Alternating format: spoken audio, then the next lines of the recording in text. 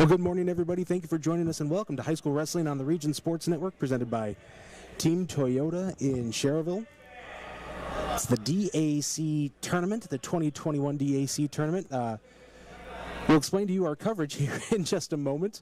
They're starting early on us here, guys, so we're jumping into action here. Brandon, you got the brackets pulled up. Nathan Laird, Brandon Root, Louis Acuna here with you. Brandon, where are we starting at here on our lone match here on mat number 2? Well, I'm trying to figure out what weight we're at. It's Evan Cruz versus Xavier Hicks. And we got Louis Acuna, so Louis already knows. He's already on top of it. That's right. So if you're just joining us, of course everybody's just joining us, we have two different types of coverage here today. We have our featured mat, which right now is focused on mat number 2. That feed is going to bounce around from mat to mat, whatever some of the best matches taking place are. On any of the 3 mats, that's what we will show. And then we also have our all-mat coverage, which has a camera on each and every mat for you here this evening, or this morning, excuse me. Used to broadcasting wrestling in the evening. And so all mats will be shown on that feed as well. So if you're looking for a specific match, you can follow the brackets on trackwrestling.com. And you can find out where your wrestler is, which mat he is on. So we're going to bounce around here from mat to mat, guys. We'll tell Ken where to go. Ken Siegfried, our cameraman. We're going to go over to mat number 3 right now. And guys, who we got here on mat number 3? We got Owen Bunden and Tyler England from Valparaiso. So Owen from Portage and England from Valpo. It looks like Bunden's getting to work right here. Yeah, he's already got top. a takedown. Takedown and near fall. 6-1, minute and 15 left in the first. So he's already got some, I think, some blood time.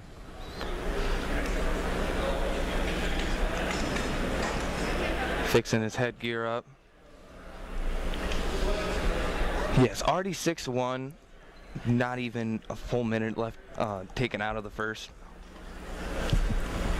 So on mat number 1, we have Roman Guerrero of Portage taking on Thomas Aldred at 120 pounds. Mat number 3, the mat we're focusing here on our featured mat feed. That's Owen Bunton of Portage taking on Tyler England of Valpo, 6-1 in favor of Bunton. No match as of now on mat number 2.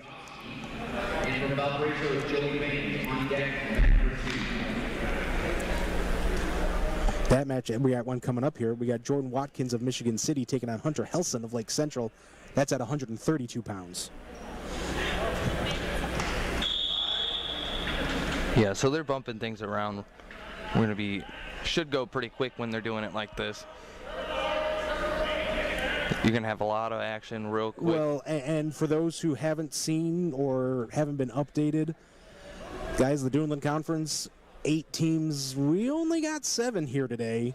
The Chesterton Trojans are not going to be participating in today's conference tournament. Don't have the exact details. Undisclosed reasons. We can assume what's going on, but no official statement was given. But Chesterton not here today, so just 7 teams participating here in this DAC tournament. Which, Lewis, I talked to you a little bit yesterday, and Brandon, same with you. Losing Chesterton. Yeah, we got some good matchups coming up here today, but boy, especially we were able to project ahead to the championship round of this. Some of the matchups we were going to see had statewide ramifications. Yep. It would have been. And a few rematches. Few rematches from the duel earlier this season. And Chesterton, obviously, they got a lot of star power this year, being a highly ranked team. So it's unfortunate that they're not here, but still going to be a good day of wrestling for all the teams that are participating. Yeah, it looks like we'll just have to wait until regionals for some of those matchups that we're waiting to see. So we're right back at it here on mat 3. Yeah, that one is Owen Bunton of Portage taking on Tyler England of Valpo at 113 pounds. 6-1 in favor of Bunton. Over on mat number 2, Watkins of Michigan City taking on Hunter Helsin of Lake Central. 2-0 in favor of Helsin at 132 pounds. Still got blood time over on mat number 1 between Roman Guerrero of Portage and Thomas Aldred of Laporte.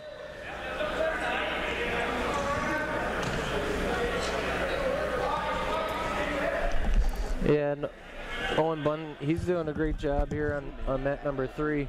Very physical on top to open up your day.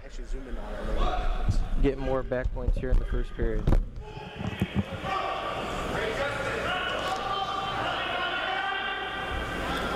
Yeah, Bunton seems to be in complete control of this match. He's looking to get the fall here. Again, that's mat number 3. If you're watching our all mats feed, they're all labeled for you, but that's the bottom left, mat 1, upper left, mat 2, upper right. Just 3 mats running here today at Crown Point.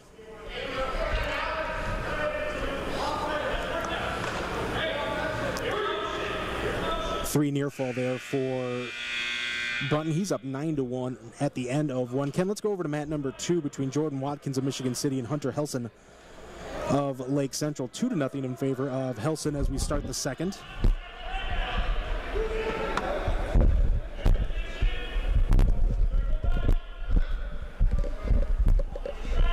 Yeah, we get an early look at Helsin. This 132 bracket is no walk in the park today. A lot of semi-state ranked guys, Helsin being one of them, and he's getting an early test here out of Michigan City. But it looks like he's catching them in the scramble position, stacking them up. The takedown almost planting him to his back. That's going to make it 4-0 in favor of Helsin. And he's running a deep half. Action resumes over on mat number 1. That was a long stoppage there for blood over on mat number 1 between Aldred of Laporte and Guerrero of Portage.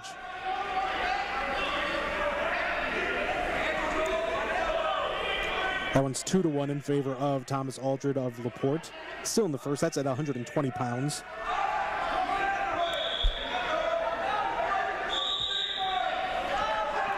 Looking to run a wing here over on mat 2. Yeah, Helsin's got that tight, but Michigan City's wrestler is doing a great job. Oh, and Hicks with the comeback fall. Yeah, Tyler England gets the... England, I'm sorry. England was down 9-1, and it was on the edge of our screen here for the all mats feed, but Tyler England down 9-1 in the second, comes back, gets the pin. So victory for Valparaiso there.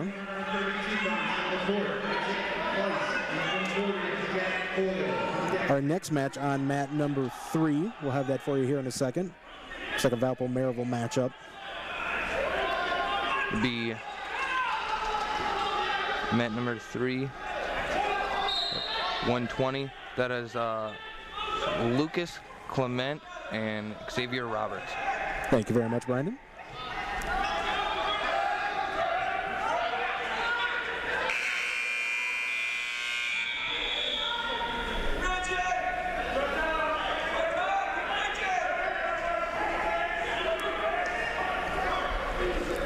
Looks like we're going to have a near fall on. We got a fall over on. Nope, we didn't get the fall on mat 1. I thought we did between Guerrero and Aldred. No, we had a fall on mat 3. Yep. I heard the slap somewhere. Lucas Clement of Maryville gets the win.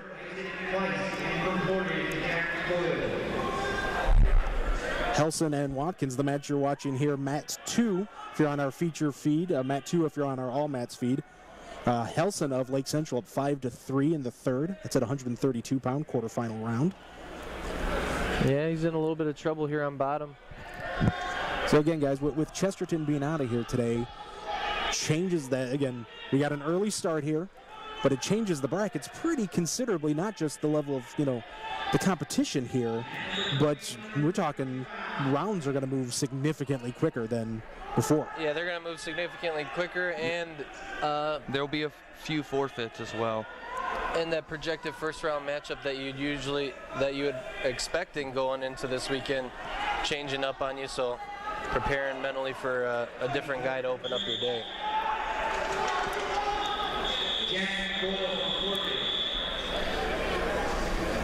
Watkins was looking to run a cradle there over on mat number 2. Looks like we're going to get some possible injury time there. Looks like we're going to have more injury, or more blood time over on mat number 1. It's been plenty of that over there today. We're getting that started nice and early. So I guess let's move over to mat 3. Yeah, well, we got injury time mat 3. You're going to have Isaac Kleist of Laporte taking on Jack Coyle of Portage, 132 pounds. Yeah, Jack Coyle is probably going to be a tough wrestler for Isaac Kleist. He's a freshman, Kleist is, and he's only 1-5 on the year, so this should be a. These freshman senior matches are always tough for the youngsters. Yeah, and you know, when you're going out there and you're just trying to wrestle as hard as you can, and you know you're getting a lot of mat time, you're getting experience, but yeah, Jack Coyle almost looked like he was going to try and do a standing cradle there, Lewis. Yeah, he went for some standing cradle action there because the freshman did a good job hitting his snatch high crotch, but Coyle looking pretty smooth to start this morning against the young guy.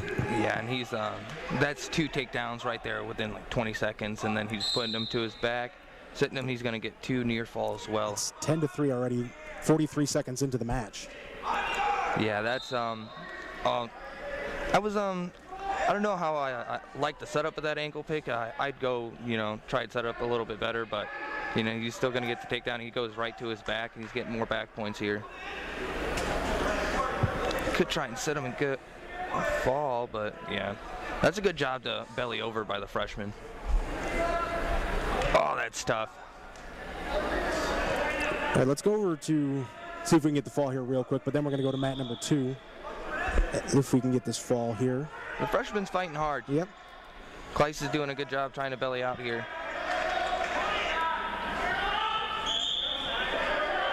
Good job. Back over on mat number 2, Watkins and Helsin back starting. It's 8-5 in favor of Jordan Watkins of Michigan City. Less than a minute to go in the match. Yeah, he got a 4-point near fall because injury time happened while he was getting the swipe, so you get that extra bonus point, give you a bigger lead. Just an update on mat 3. Yeah. Coyle just won with the leg cradle. He gets the fall. You don't see too many of those. 8-6, the score here of this match you're watching now in our feature feed. Again, if you're just joining us, we have 2 different feeds for you today. We have one that's going to bounce around mat to mat, focus on the best match that's taking place. We have another one that's going to show all 3 mats at the same time. We have a static camera on there for you. So each match will be on at least one of the streams. You can follow the brackets at trackwrestling.com to find out where your favorite wrestler, which mat they will be on. Watkins coming away with the W on mat 2, 10-7. He's going to be heading on to the next round. That's our new match on mat number 3. That is Kaden Ellenberger and Dylan Mullins. Kaden Ellenberger of Laporte High School and Dylan Mullins of Lake Central. Wait, on mat number 3? Yes, yeah, you're right, Ellenberger and Mullins. Okay, they just hadn't changed it on the on the table. I looked over and I was like, That's at 145 pounds. Dylan Mullins of LC up 2-0. Our new match on mat number 2, we have Alexander Payoski of Maryville taking on Joey Bangs of Valpo at 132 pounds. Mullins is trying to lock up this cradle, but he needs to jump sides and go to the side he's trying to lock up, and there he goes. He needs to, still, he wasn't as far out as you would want to be, but he's able to muscle it over. Ellenberger's, he's doing a good job of trying to fight hands and break up the cradle, but already 5-0 for Mullins. But mat number 1, again, more stoppage over there. I think that's the first match that started, isn't it? Yeah. Over on mat number 1? Yeah, it's been a bloody day for Guerrero over there. Yeah, Guerrero, he's up 10-2 in that match. Yeah, he started out down 2-0 and bloody, and he's really poured it on, but Laporte's wrestler, man, he's not stopping. He's continuing action. It is in the 3rd period, and now 10-4 over there. So yeah, with all that blood time, you would think he's got a little bit more energy than he would normally in a 3rd period. Over on mat 2, Payoski now up 2-1. Make that 4-1 after another takedown. Takedown, cut. Payoski in control over there over Joey Bangs of Valpo. Yeah, we're seeing the sneak peek of these senior 132-pounders. It's gonna be tough because the way this is going, we're gonna see Payoski and Coyle in the semis, so that'll be a nice matchup right there.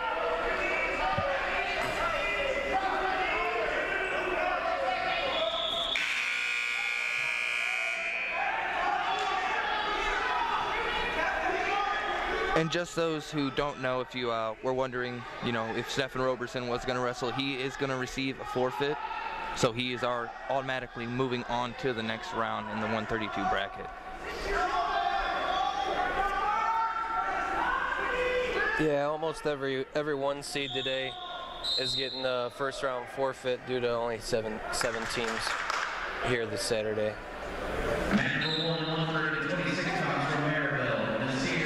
And Guerrero gets the fall on mat 1. Finally, that match ends up concluding.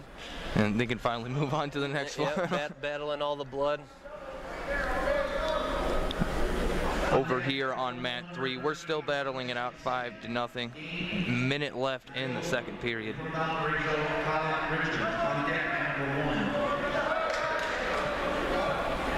Definitely a pace slowdown from the beginning of that match. Jumping out to a 5-0 lead.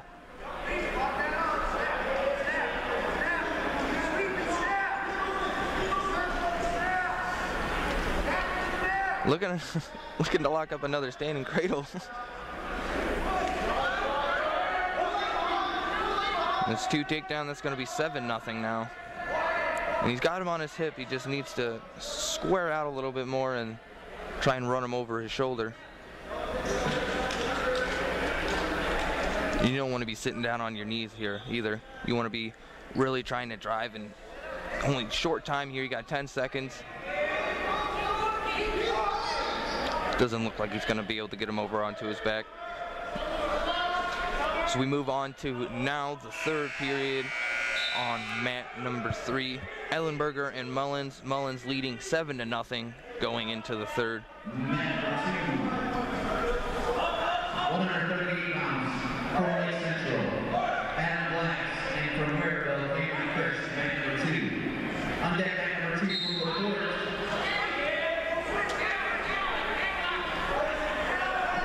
Yeah, so the matchups on mat number 1 now that we moved on from Guerrero, it's Nazir Kristen and then Gabe Krister. Freshman.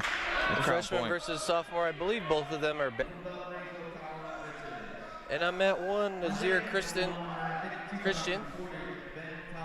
gets the fall over Crown Point.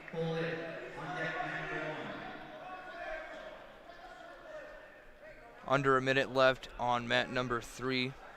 Our featured match, Kaden Ellenberger of Laporte going against Dylan Mullins of Lake Central. Mullins leading 10-0 still with 35 seconds left in this match. He's going to go ahead and cut him. Going to look for more points here. Or one, I'm getting another one. Get another takedown. Keep pushing the pace. 10 seconds left in the match. Stall call on Mullins.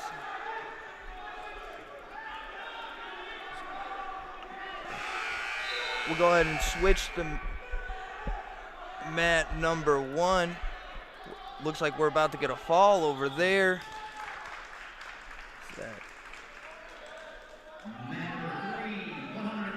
Colin Richards over Dane Canola.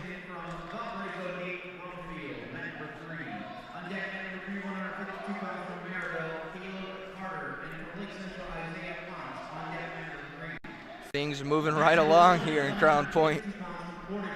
Fast and furious through round 1. In our East Chicago semi-state rankings. Good fireman's carry to attempt there, right to the half. He's gonna look to settle it over. That's tight. It's very tight. That's a minute and 20 seconds is a long time to try and fight off your back as well. And he gets the fall. Pollitt walking away with the W there. That was a good series. Able to get him right to his back right off the dump. Sink in the half. Move on to the next round.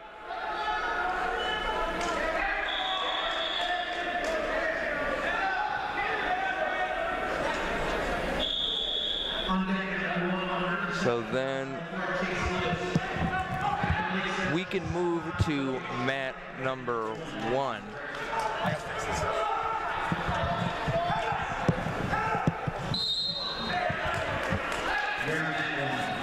On mat number 1, we got Jonah Kyle and Devin Howard.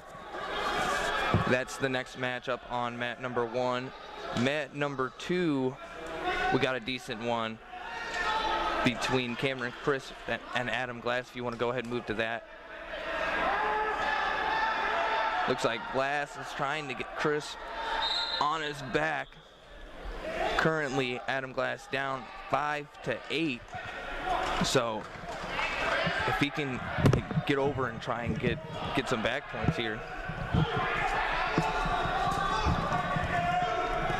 As we are now joined by Mr. Colza. How are you doing this morning? Good.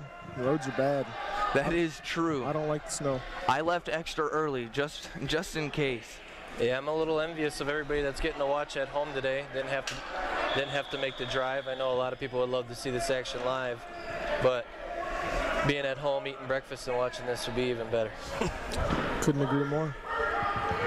So we just got a stall warning, it looks like, on Crisp of Maryville, as he is now down 10-8. So Adam Glass able to come back. That's the end of the second period. So this is going to be a close one, coming down to the wire. And just a little mat 1 update. Howard ends up getting the fall over the Valpo wrestler at 160 pounds.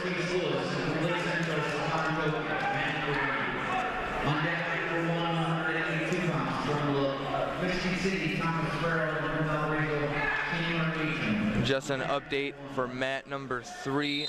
Cameron Williams coming away with the fall over Nate Brumfield of Valparaiso.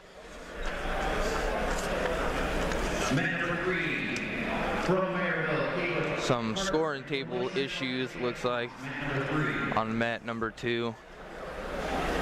We're getting back to action into the third period now. Glass leading 10-8 over Cameron Crisp of Maryville. Yeah, both young guys in the lineup for Maryville and Lake Central, and they're really battling it out here in the opening round here at DAC. Trying to work a 2-on-1 here. The mat 3, I believe we have Isaiah Ponce and Caleb Carter. I think he might have lost his contact.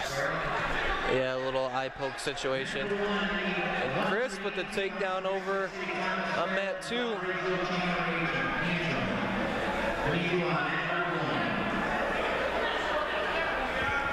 Waiting for the update on the score. I believe it should be a tie match now. Yeah, 10 to 11. 10 to 11. Chris up by 1. Yes. Yeah, so Glass got to get away here. Should be under a minute left. So now the score's all knotted up. We could be going into overtime here on mat number 2. Let's see if they can, some short time here, you got to get a takedown for the win, either man.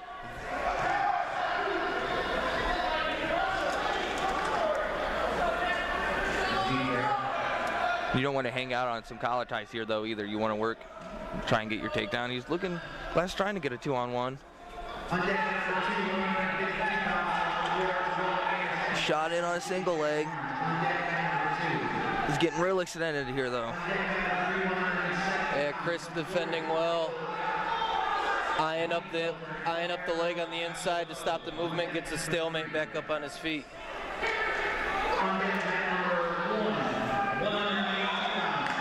Yeah, you really need to cut the corner there, get your elbow to the mat, and try and get 2. You get so close in on the leg. Crisp able to get 2. at the end of the match. At the buzzer. Yeah, that is To win 13-11. great job there by Chris with Maryville, able to move on to the next round. We can go ahead and move now to mat 3, Ken. Isaiah Ponce battling it out. This match has been, if anybody's been paying attention on the split screen, I mean, this match has been a wild scramble this entire first period. And Caleb Carter doing a good job to come out on top to get 2. Yeah, it's looked a couple times like guys were going to be on their back, and then another guy's on top.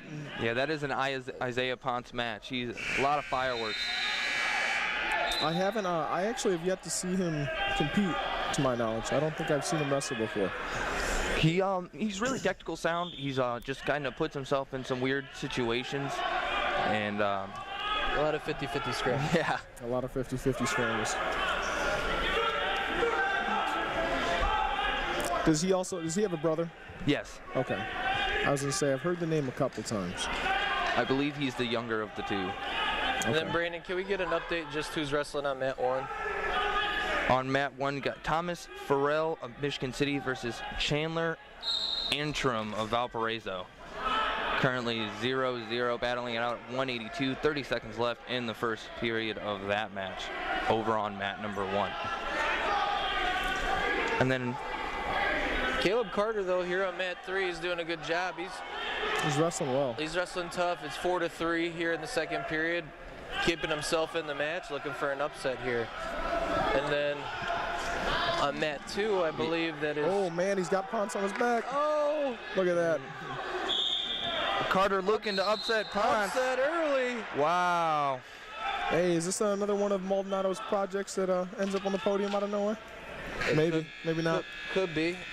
Oh, he makes a lot of those. A junior who's just over 500 on the year. That's a good match, so that could be a turning point right where he needs it.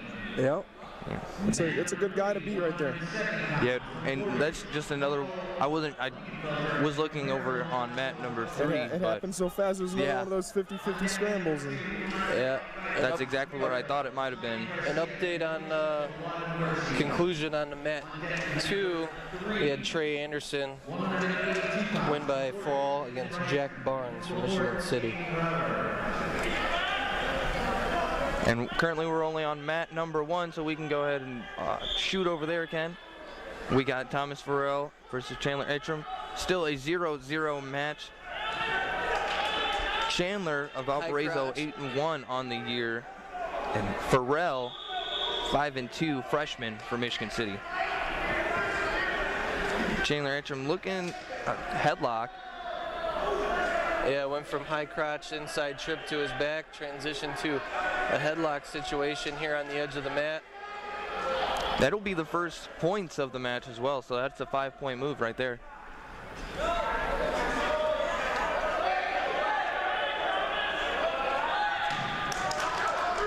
And on mat 2, we have Xavier Gomez versus Xavier King. So a battle of Xaviers over there on mat number 2.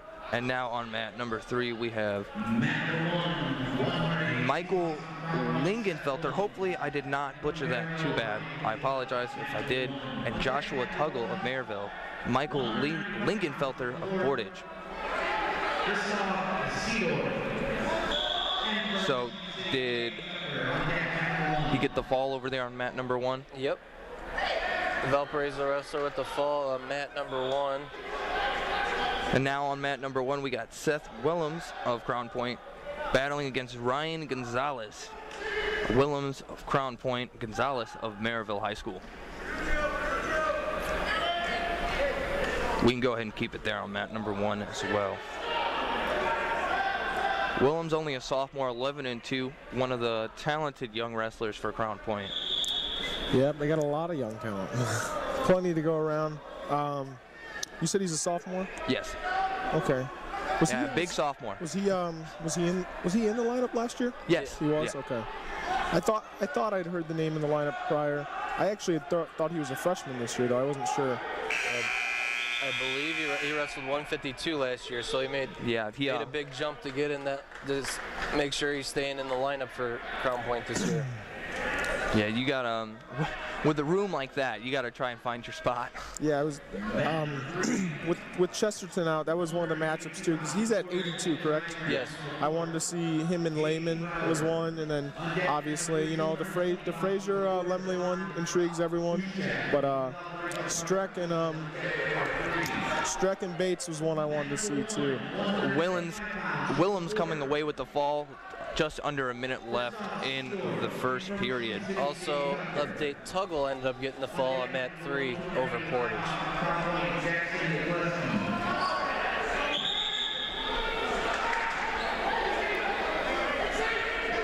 And now on mat number 3, we're going to be having Ethan Reisner of Portage battling Jaden Browder of Laporte High School.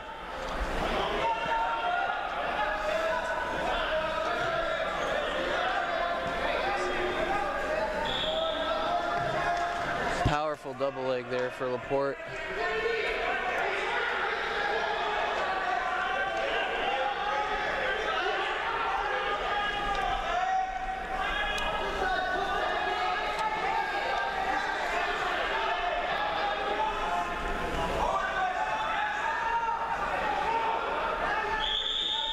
And on mat number 1, we have Zion Garcia wrestling Lawden Garcia. So Battle of Garcia is one from Lawden, is from Laporte. From Lake Zion. Central. Oh, sorry. Lake Central. Zion Garcia from Maryville High School. Oh. I apologize. That's Christoph Theodore from Laporte High School and Jay Tucker from Michigan City. Yeah, that's on mat 1. My sincerest apologies.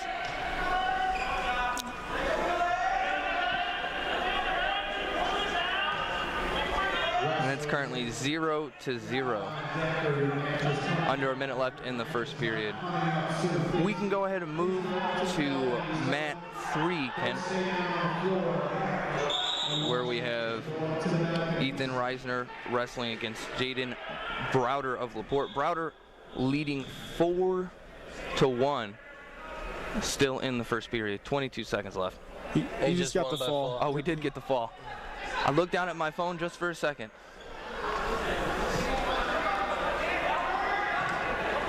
Looks like there was a fall on mat number 1 as well.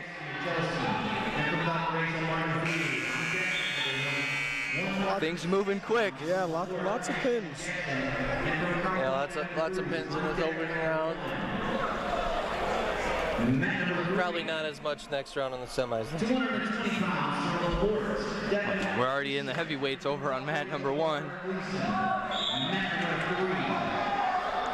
On deck number 3285 from Maryville, Theodore starts, and from Laporte, So, are you guys sure about the? I know Chesterton was out for this tournament. Are they out for the rest of the year? I think this is only speculation. I assume that they just, stopped it until sectionals. They as far as they pulled out here, and they at least on their websites, everything is canceled until then. So, and there's a few states, or few teams downstate that also probably called it for until sectionals as well. But like I said, that is all speculation. We don't really know what happened, but that's as much as we can assume. Yep. And we are watching. Your featured match is on mat number 2, and that is Xavier Gomez versus Xavier King. Xavier Gomez of Lake Central High School, Xavier King of Maryville High School. And it is currently knotted up 2-2 in the third. So this is going to be a close one, battle for the finish to move on to the next round of the DAC tournament at 160.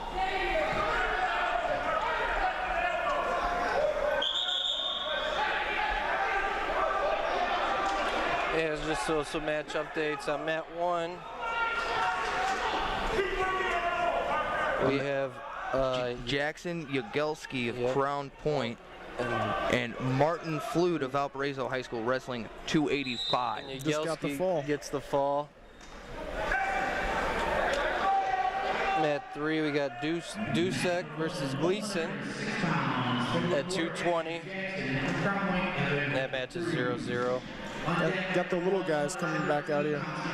Oh yeah, we're rocking and rolling straight through. I love watching the heavyweights and then the 6s come out, and the difference is huge. Now mat 1, we have Ashton Jackson, Laporte High School, battling Evan Cruz, the Crown Point. So this should be a very good match. Yeah, if we could pan to mat 1 to start the semifinal action. Crown Point rocking and rolling straight through this morning. Both guys ranked in the East Chicago semi-state. We started early and we're just battling right through to the semifinals.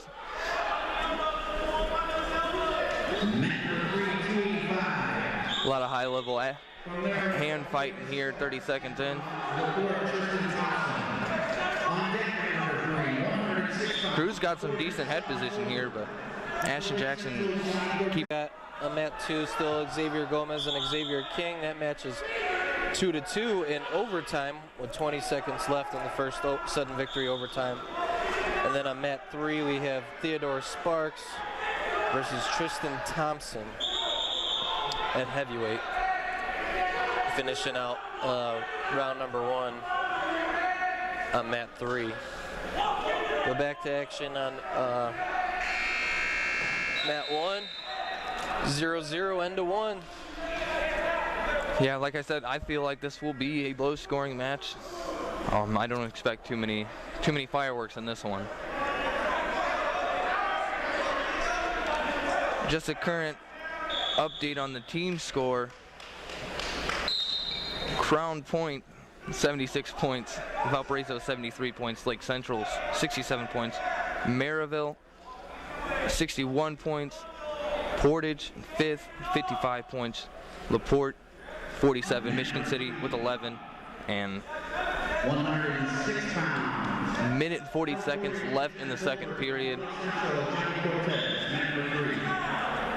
Evan Cruz able to get the escape point. No, Jackson. Yeah, Jackson went bottom. Evan Cruz deferred. Jackson chose bottom. Gets the 1 point. In my defense, I just assumed Crown Point was home. I looked up at the scoreboard. Gotta look at the ankle bands, Brandon. It makes sense that they would have red, wear the red ankle band. Come on, Brandon.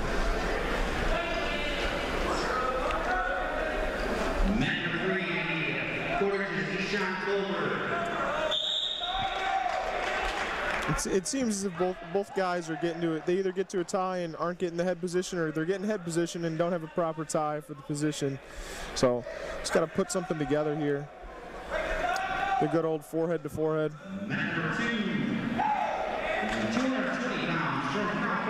Nice double leg by Jackson. Good finish. He's able to take the lead now. Stand is 3-0. 30 seconds left in the second period.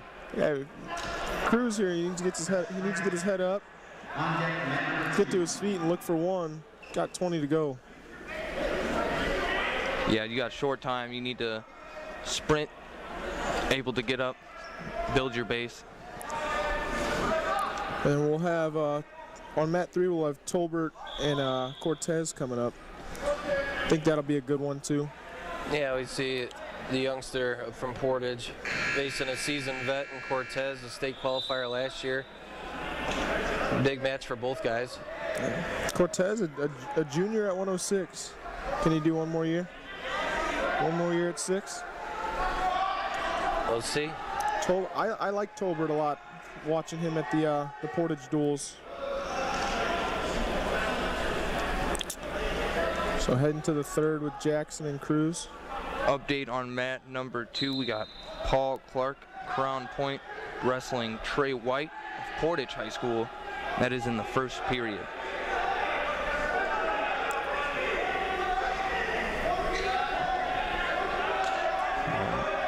Jackson seems to be pretty solid on top. He's looking to turn, he's not just riding. Cruz is kind of stuck in a position where he's on his belly and doesn't have one of his hands. Yeah, he's riding real tough. It looks like he's got like almost a ball and chain. Yep. With Cruz playing on his hip underneath there, that's going to eat up. Gotta try and battle up and get your one, get away. And he does. He frees his wrist, but Jackson right back catching bundles.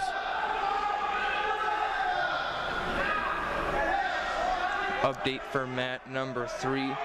Johnny Cortez leading 2-1 over Ishan Tolbert of Portage.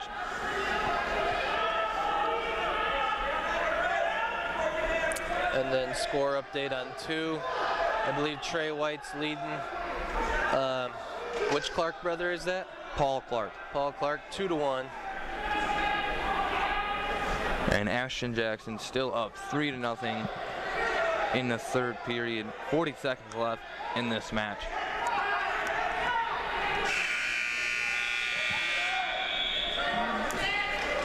And Cruz is able to build his base. He's just,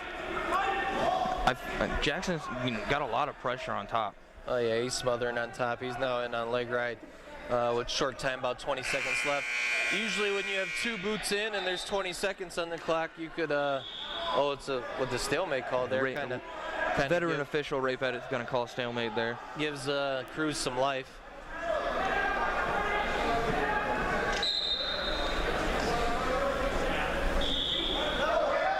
Johnny Cortez now up 3-1 on mat number 3. And Jackson looks like he's going to take this one, move on to the next round. Moving on to the finals, Ashton Jackson.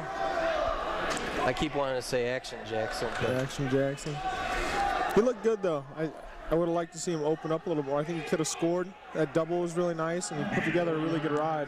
Yeah, I felt like that match was going to be low scoring. I felt like Cruz was going to be able to get an escape, make it stay in the match a little bit more. Obviously, he wasn't necessarily out of the match, but and is this Ashton Jackson was able to be dominant on top. Is this Anthony Ball coming on one? Yep. Yes, Anthony Ball of Crown Point High School battling Tyler England of Valparaiso. Nice duck by Tolbert over there. Yes. Tying the match up 3-3.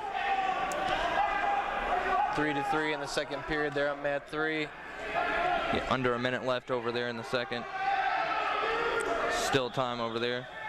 Ball and DeMarco was one that I wanted to see as well. That would have been a good one. Yeah. I saw that DeMarco beat Evan Dickey of Cathedral, bumped up at Team State, and got to be the #1. He looked good. Ball proving to be a problem here. Is that a crucifix looking position almost? Yeah, it was a half in a crucifix position, and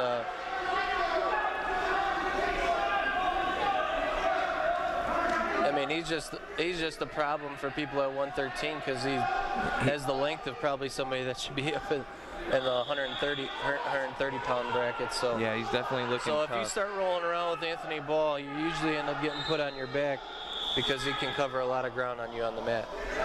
And got some swipes there, it looks like, as well. Already up 7-0. Not even a minute taken out of this 1st period. Looks like Cortez and Tolbert. Oh, gotta keep wrestling there. But 4-3. Gonna go into the 3rd. There on mat number 3, going into the 3rd period, and Tolbert chooses bottom over there. And it looks like Trey White, I believe, is leading Paul Clark 4-2, heading into the 3rd period there on mat number 2. We're getting a stall call on England, Valparaiso.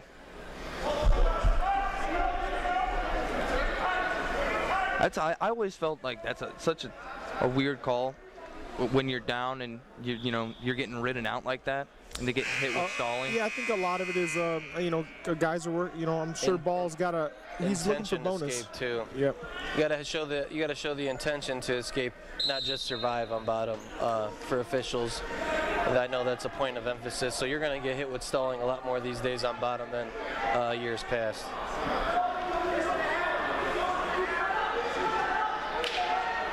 I think even watching, like you said, just the past couple of years with high school wrestling and college wrestling as well, it seems like they're picking up on stalls and tremendously. Tolbert ties it up 4-4. A minute left in the 3rd period. Ball with the cradle locked up on England.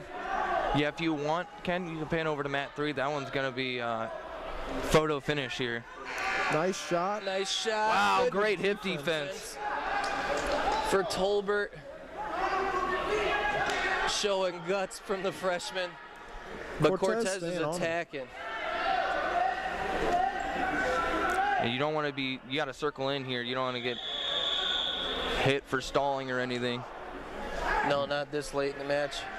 Want to find your ties and get to your offense. 37 seconds left there on mat number 3. You want to stay in your stance here too. You don't want to be standing up. And you want to stay low and get to your attacks. Cortez firing off another one. Yeah. That was 4 straight. That was the first stall warning for Tolbert. About 15 seconds left here in a front headlock position. And Cortez doing a good job of keeping his hips back. Stalemate, 9 seconds left, short time. A lot of times when guys go to the front headlock position, they'll get too close. A bit of a comeback here on mat number 2. Gets, I believe, a 2-point near fall on a tilt against Trey White of Portage. Now he has the cradle locked up. Now we're in overtime. First overtime sudden victory. First one to score wins here on mat 3 between Tolbert and Cortez.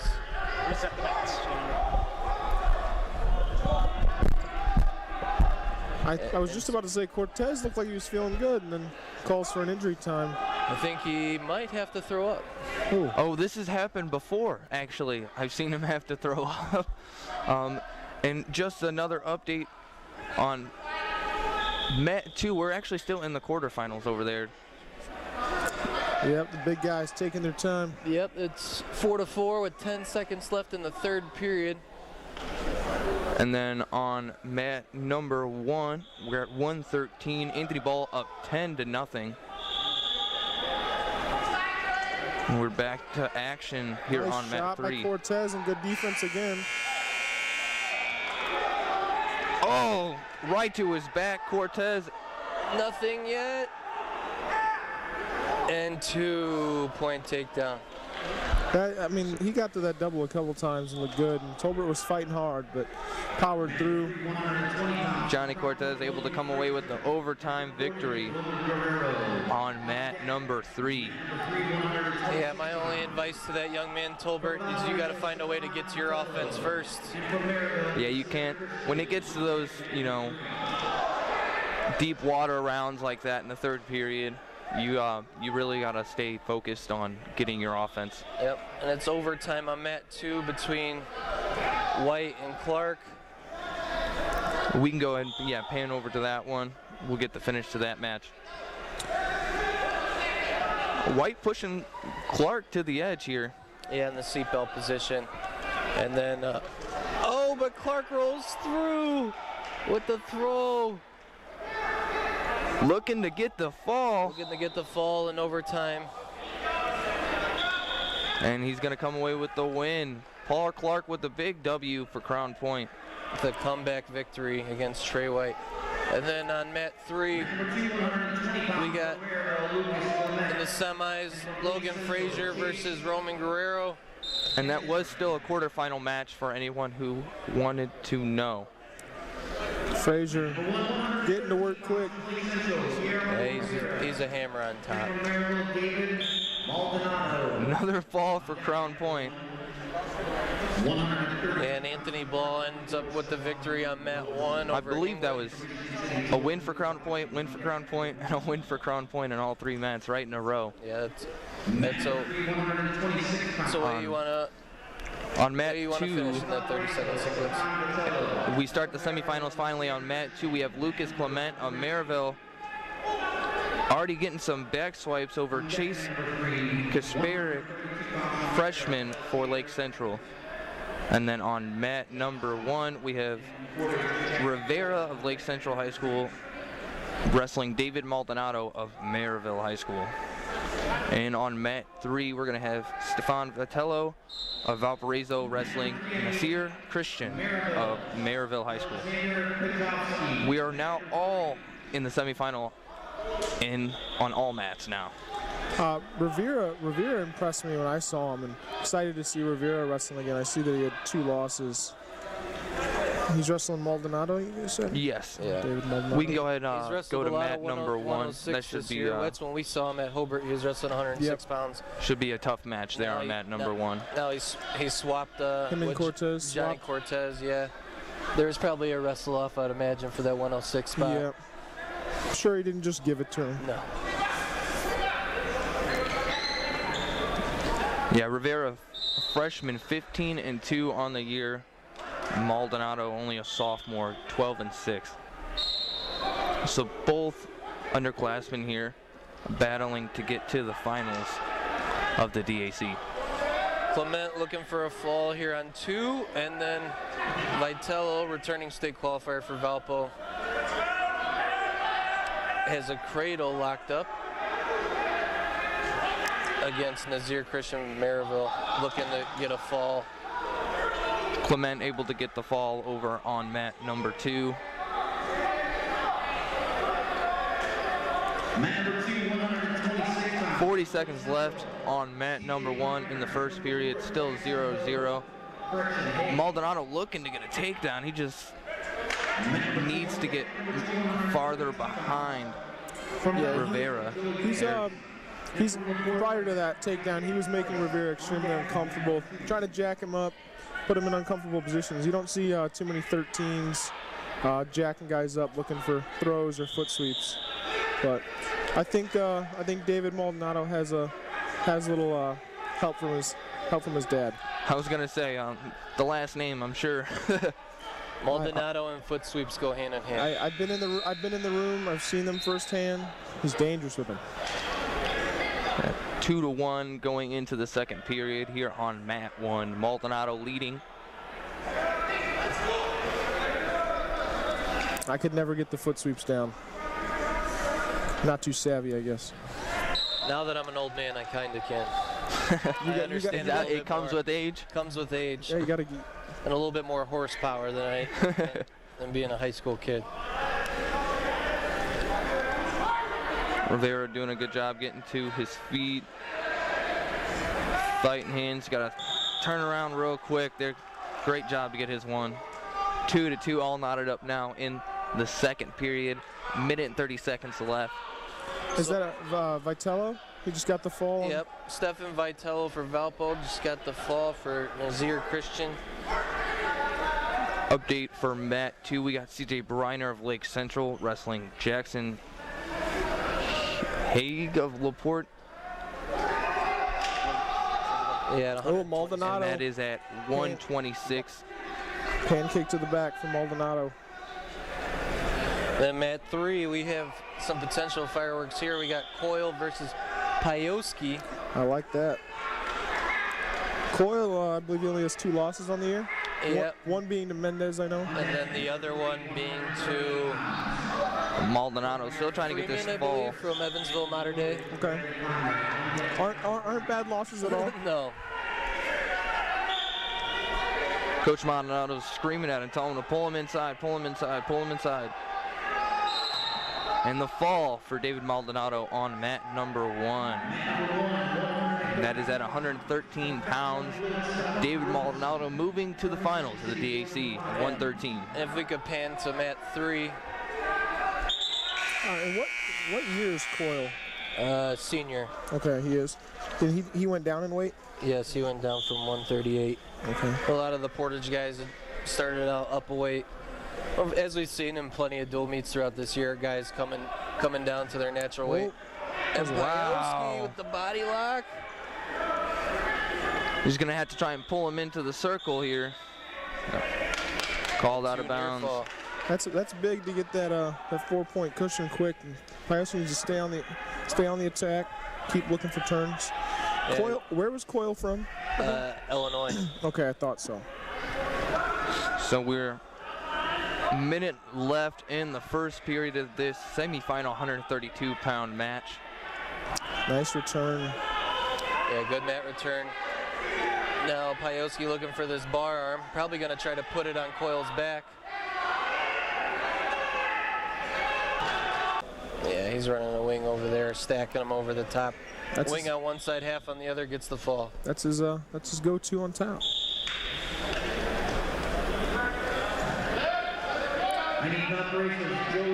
Coyle still down 4-1. Now 4-2, gets the escape early in the second. Takedown match. It's going to be a lot of high action here. Yeah, both of these guys have been showing so far that bringing high pace here in the semifinals. Update for mat number 2 at 132 pounds. We're running at consolation rounds. Joey Bangs of Valparaiso wrestling Isaac Kleist of Laporte High School. Mat number 1, 138 pounds. From Crown Point, Jesse Mendez. And from Valparaiso, Colin Richards. Mat number 1. Yeah, Coyle here wrestling a lot of upper body. He's I'll try to threaten some leg attacks here. A lot of wild pace and a lot of wild action going on.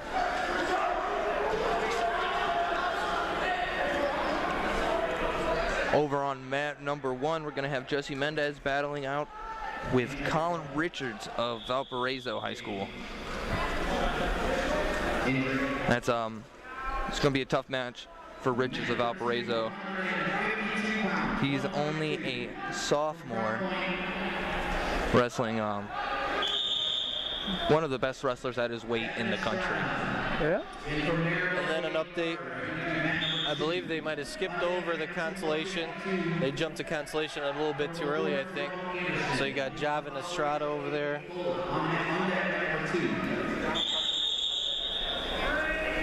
Yeah, it looks like they're updating it now. Against, is it Caleb Carter, I believe, who upset Ponce in the opening quarterfinals round? Correct. So Carter, two tough matchups right away for him. Mendez update, Mendez fall. Coyle leading now. Oh, took my eyes off of that one. Yeah, what happened there? Yeah, we watched Jesse Mendez over there on mat 1, and we look over, and now Coyle's leading 7 to 5. Gosh, 15 seconds left in the gosh second. darn it. Jesse's always distracting people. The star power. We all got lost in the star power. We're stargazing there. Estrada looking over there trying to get a fall over Caleb Carter. And he does. Over on mat 2 now, Estrada moving to the finals of the DAC at 152 pounds. Now I'm so interested to see how that happened. When I'm done later, I gotta go watch that match. Watch that sequence there. Yeah, Payoski chooses on his feet, doesn't go underneath. Number 2, on deck number 2, 162 pounds. 160 pounds. Over on mat number 1, we now have Cameron Williams wrestling Alex Corneo. Good flow there by Coyle.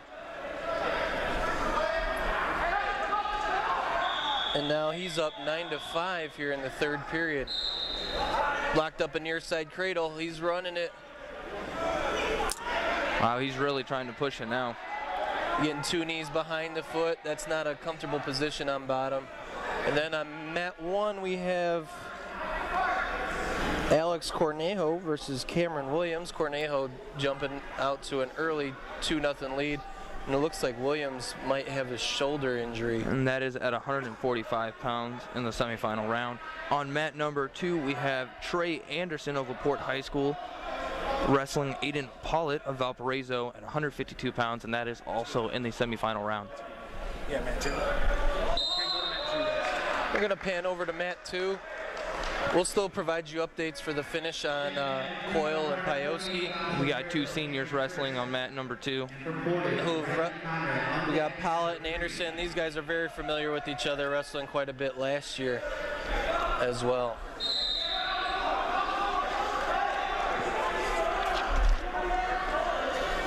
Nathan just provided us with all of the semi-state rankings for the participants of the DAC wrestling tournament today. Only took me an hour to get those 2. And Coyle. Pollitt and Anderson 3 and 4 in the semi-state. Coyle with the fall over Payoski late in the third period. Yeah. That was one of those weird matches. It was a barn burner, and then Coyle kind of lit it up there. We missed that sequence to put him up 2. He flowed really well on his feet, and then. Yeah, Coyle maybe just had a little bit more in the gas tank. No, I don't really think that. Payoski usually has a great gas tank. It's just Payoski can be a little bit away. So update on the matchup on mat 3 now. We have Bradley Conrad versus Cameron Crisp. And Conrad already with the takedown and near fall. But focusing back on mat 2, I believe it's still 0-0 between Pop. So yeah, 0-0 going into the second. And so that could be a sectional finals sneak peek right there. Yeah, that is correct. They are with, I forgot Chesterton's over there. So you got a guy, Brock Ellis, that might try and keep one of them out of there. But yeah, never know. A sectional semis. As Anderson chose the bottom, as he gets an escape point now. Score update on Mat 1 for Cornejo is up 9-2 over Williams of Maryville. Is there any relation to Ismail there? Yeah, it's his younger brother. Okay. I figured. We got an update on number 3, on mat number 3. We got Bradley Conrad with a fall over Cameron Chris. Bradley Conrad is someone I feel like is taking huge jumps. Heading into the third period, and his injury time, it looks like. Injury time for Anderson. Looks like he's cramping up, I think.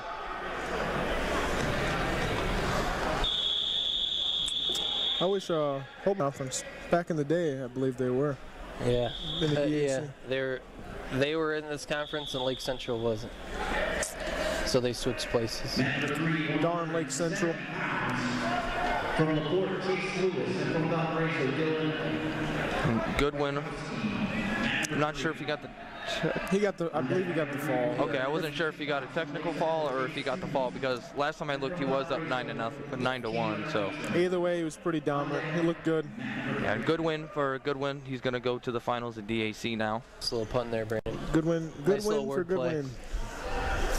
And who's he gonna lock up with? Not Kaiser. Is it Herring? Has that match happened yet? No, Herring, I believe, is done for the year. Unfortunately, he's hurt. Okay. So who's the other 45 semi? Cornejo. Oh, they at 45? Yeah, Cornejo came down to 45. Okay. So he is up 15-2 against Cameron Williams in the second period over there on mat 1. Pollard able to get an escape. Takedown match. A lot of time left, minute 40. Anderson does have a stall call against him, or stall warning against him as well. Oh, good shuck. Good shuck for Anderson. Great job there. Now he's going to gives himself a little cushion there, 5-2 with a minute 20 left.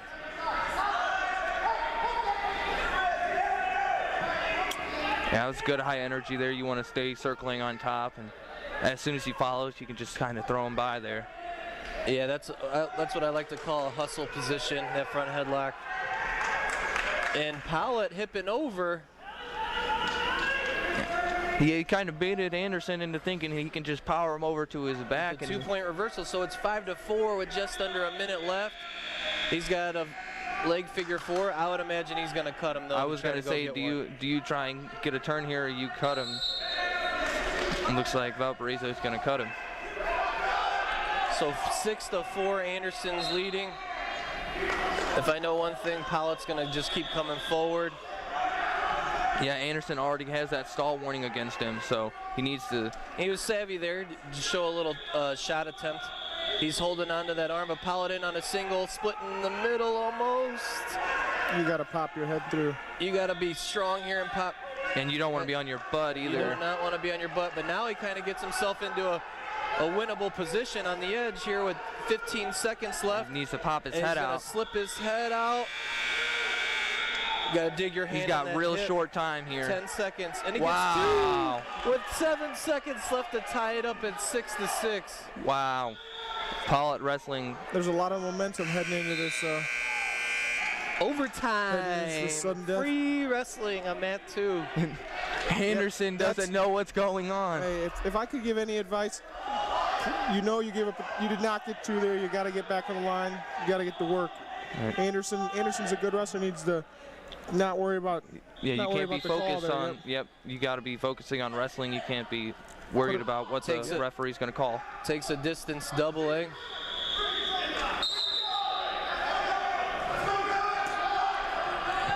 Pettis, I think, even gave Anderson the look there, like, hey, you weren't trying to do much, but Pollett's got to fight to stay in there. Yeah, it's a veteran official there in Ray Pettit, so he state finals official. He knows what he's doing and he knows what he's calling.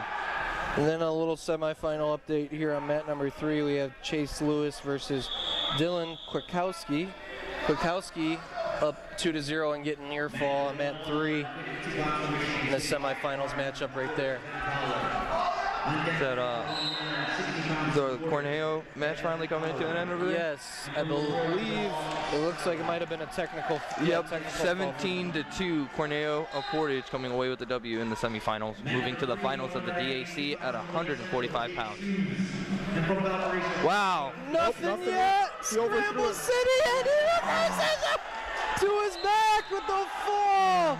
Trey Anderson trying to go big, and Pollard able to walk away with the. You gotta keep wrestling there, man. You can't just. I mean, I know I understand he's gonna lose the match there, but you can't lay on your back and give up the team points. Oh, I mean, that was a crazy exchange. That's a gutsy win. He was wrestling through the position. That was very, very close. Anderson thought he had the 2. Gotta keep wrestling. But the momentum continued. He wasn't planning on his back long enough to secure the 2. We got Estrada. Looks like here now on mat number 2. And that's good. And that's good team points right there for Valpo too. Of course. Now on mat 3 we have Jake Souza, Lake Central, wrestling Chandler Antrim of Valparaiso. So Kwiatkowski ended up getting the win there. And on mat number 1. And we start in the consolation rounds over there. On 152 pounds, we have Jake Barnes of Michigan City wrestling Ben Tollard of Portage. And I apologize, on mat 2, we have Orlando Cruz wrestling Xavier King of Maryville. So we can keep it there on mat number 2.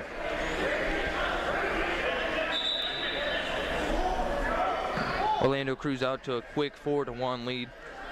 4-2, just let him back up onto his feet. Gave him the option to start back up. Another quick takedown for Cruz. And mat 3 update, Suze in that semifinal matchup is looking to get a fall over Valpo's Chandler Antrim. That is at 182 pounds in the semifinal round. Cruz has looked really good this year. I'm not sure if he has any other losses. I know he has it to Wilson. Wilson, yeah. And then he lost one when they went down to Indy. They did a few duels down in Indy, I believe so. Did he lose to Zionsville guy or no? Not 100% sure. Okay. I just Cruz looking for the fall. Yeah, he's looked good this year, and I'm assuming he's probably the favorite at the semi-state. Yes, he is ranked number 1. Yep. So number 1 at 160 pounds. He gets 3 back points there. What's the score over here on mat 2, Lewis? On mat 2, 9-2. Cruz is cruising. A little wordplay right back at you there, Ben. I appreciate it. An update over on mat 1, Jack Barnes of Michigan City leading Ben Tollard 2-1 in the consolation rounds at 152 pounds. On mat 3, Jake Suze leading 5-0 over Chandler Atrium at 182 pounds in the semifinal round. 1:40 in the second period left. And like we stated earlier, Orlando Cruz, he is really going to work here in the semifinal match.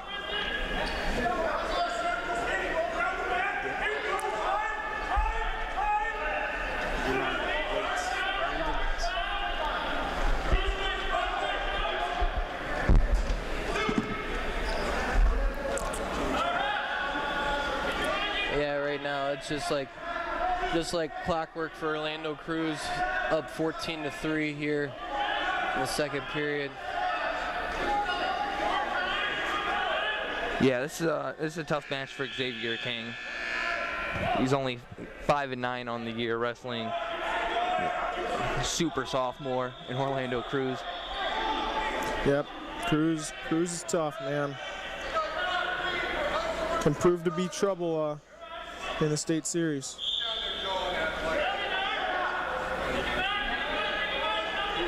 Yeah, he's not a real big 160 pounder, but No, he's not really at all. technically sound. Always working too. He's putting it on guys. Yeah, when you're coming from that Crown Point room, it almost reminds me of Portage back a few years ago when they were constantly wanting to push the pace. Yep, the pace is insane.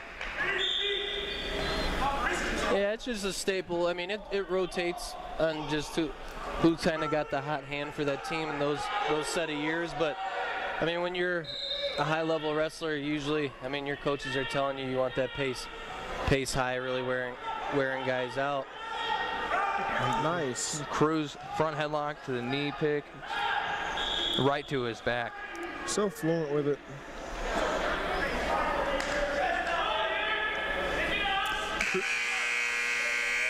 Cruz, I'm sure, is I mean, as of many of the CP guys that are, I'm sure it's finals or bust. I'm sure he wants to be right there under the lights and be wrestling.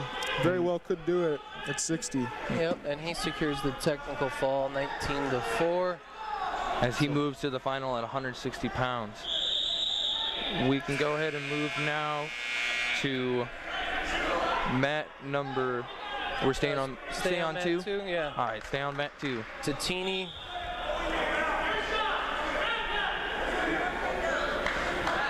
We got Nick Tatini versus Joshua Tuggle. Who needs brackets when you got Louis Acuna? God bless his smartphone.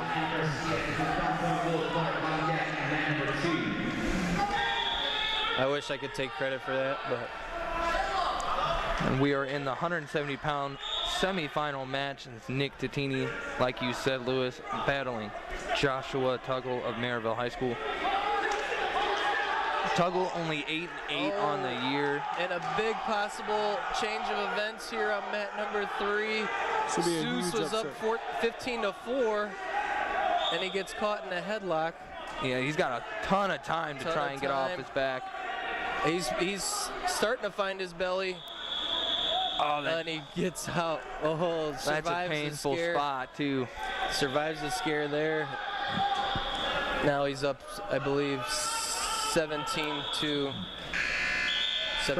over Crisis there. averted. He got out of that. I was looking at it and I was like, that's That a would have tight been one. the second time Valpo, before you got here, Dante, their 113-pounder was down 9-1 and got a crazy pin against Portage's own Abundant. Tatini leading 2-1. Under a minute left in the first period. And then on mat number 1, we got Devin Howard of Portage in the semis against Jamal Salary of Laporte. Ooh! And Howard. That was heard that slam on the mat echo through the gymnasium. They're going upper body over there on mat 1. Oh yeah. But I haven't seen Salary before, but he looks like a strong guy. Strong, tough guy. Looking to get in position. He got that leg up high. Keep it up. Yeah, you want to shelf that. Yep. You said this is Howard?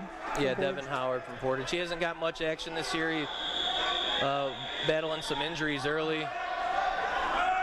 So I believe this is only his 5th match on the year. Tatini leading 4-1. 13 seconds, probably less left in the first period. Short time left. Tuggle will want to try and get his 1.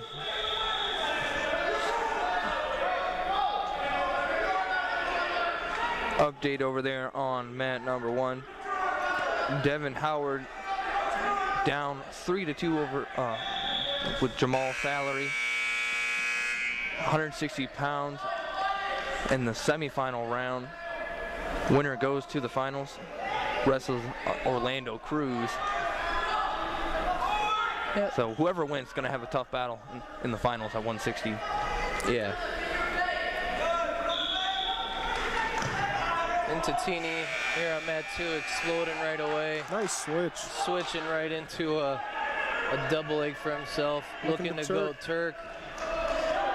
Tatini ranked number 4 in the East Chicago semi-state. Number 20th in the state. From Laporte, Jaden Browder, number 3. On deck, entry 195 from Valpo, and from Laporte, Christoph Seal on deck number 3. So Tatini extends his lead over here on 2, 9-1. Over on mat 3 and 182 pounds in the semifinal round, we have Seth Willems of Crown Point wrestling Jaden Browder of Laporte High School, senior, wrestling super sophomore from Crown Point. Browder 19-1 on the year, Willems 12-2. Records-wise, it's a good matchup. Yeah, on paper. We can go ahead and pan over there to And Browder's ranked 7th in the semi-state. Seth Willems, number 3. Seth also ranked in the state, number 13 in his respective weight class. These Laporte guys aren't afraid to go upper body. Yeah, I'm surprised the stall warning hasn't been given over there on mat 1. It's because he spent a lot of time on his feet. Oh, this could be a spladle position for Howard if he can recognize it.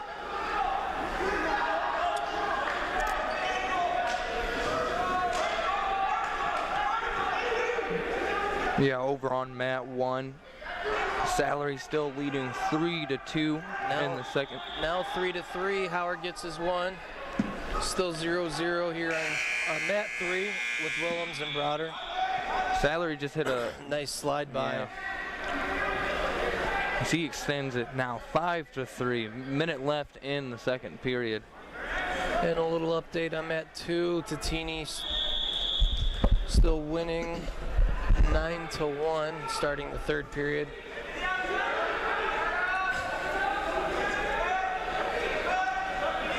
Browder in on a shot, but Willems just able to kind of just power him down, able to get 2 points there off a good hip defense by Willems.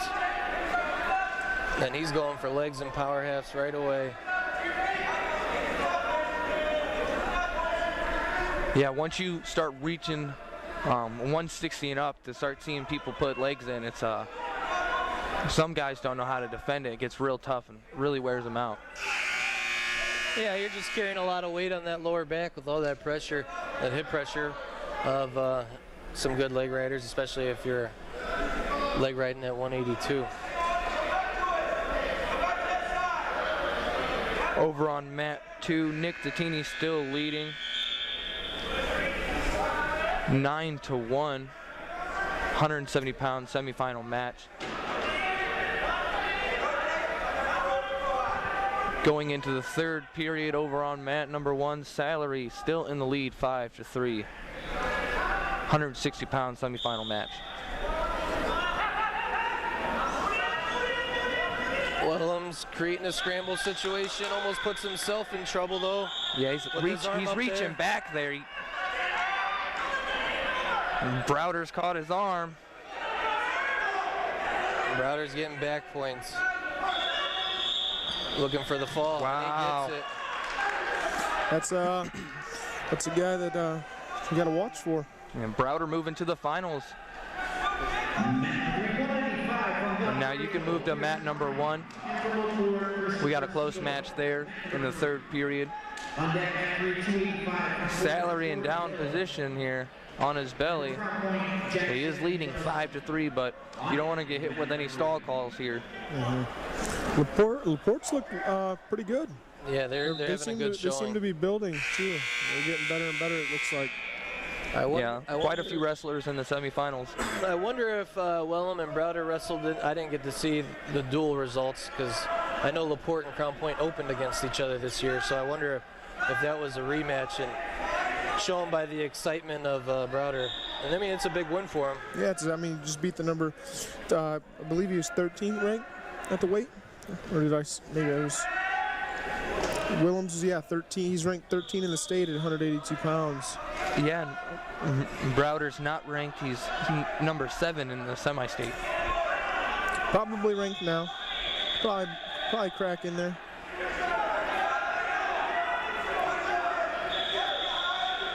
On deck, man number 2, 220 pounds from Maryville, 35 seconds left in the third period of this match. On deck, man number 2. And Howard with the power half. He's trying to get some backs here. Trying to get some late back points. Salary has one stall warning on him. If he can get him onto his back and get a 5 count, he can take the win. He just got hit with one. Well, now all you need is 2 swipes, so you need to really get a turn here if you're Howard. I'd cut him. Oh, wow. You got to wrestle. You got to stay in better position than that. Howard kind of falls off the top and keeps his head down, and Salary gets the 2 to ice that one over there on mat 1. Then on mat 3 update, we have Pierce Pine versus Christopher Seedorf. Pine of Valparaiso High School and Laporte High School, Seedorf. And already to a quick 2-0 lead in the 195 semifinal round. And Laporte, man, they're having a good showing. They're kind of reaping the benefits of, I mean, no discredit to them, but Chesterton not being here opens the door for some new finals matchups, and they're getting some good runs out of their upper weight guys for sure. Definitely.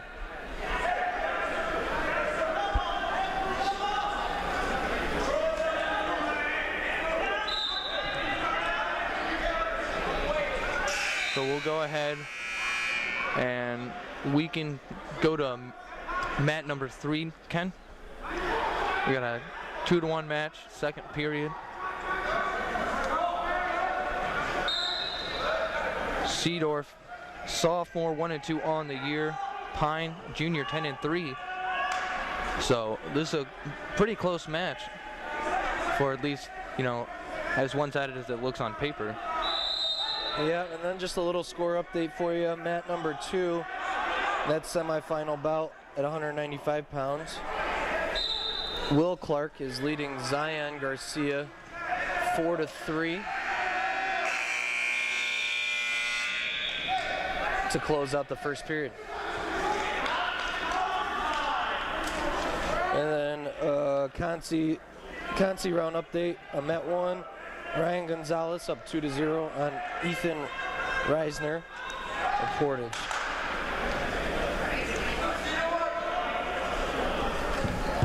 Minute and 15 seconds left in the second period of this semifinal bout. 195 pounds on mat number 3. Garcia in on a leg. Able to finish there on the edge. For Pierce Pine. They extend his lead 5-1 in the second for him in the semis.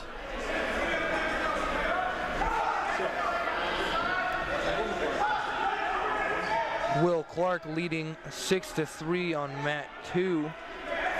Quick score update again though on that mat. A 2-point reversal there for I look at my phone and I look back Garcia. up. Blink of an eye. It's real quick at the DAC this year. 2 speeds, fast and furious. They're not slowing down.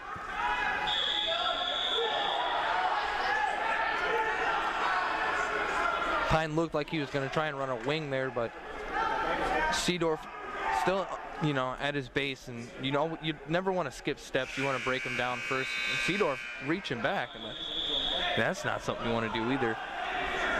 Big no-no.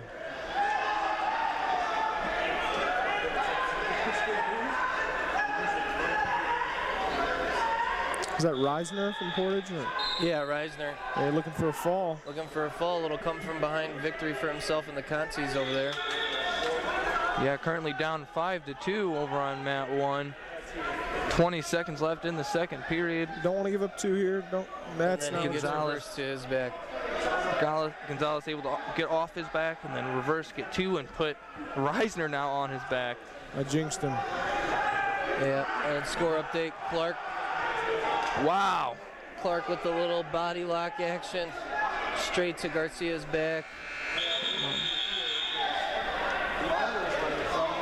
And Pierce Pine, he's looking in control. but he gets hit with the stalling, hanging out on the around the ankles there of. And here on your featured match, it is 5-1.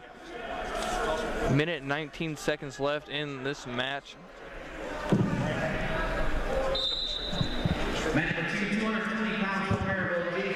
And Pine's going to go ahead and cut him. Seedorf up 5-2 now. Pine up 5-2. Seedorf in on a shot. Then Pine doing a good job. Clark ended up getting the win on mat 2. Now we see Jason Schreck versus Devin Dusek of Laporte. That is the semifinal match at 2:20. I wonder if they got any more of those Strecks coming around.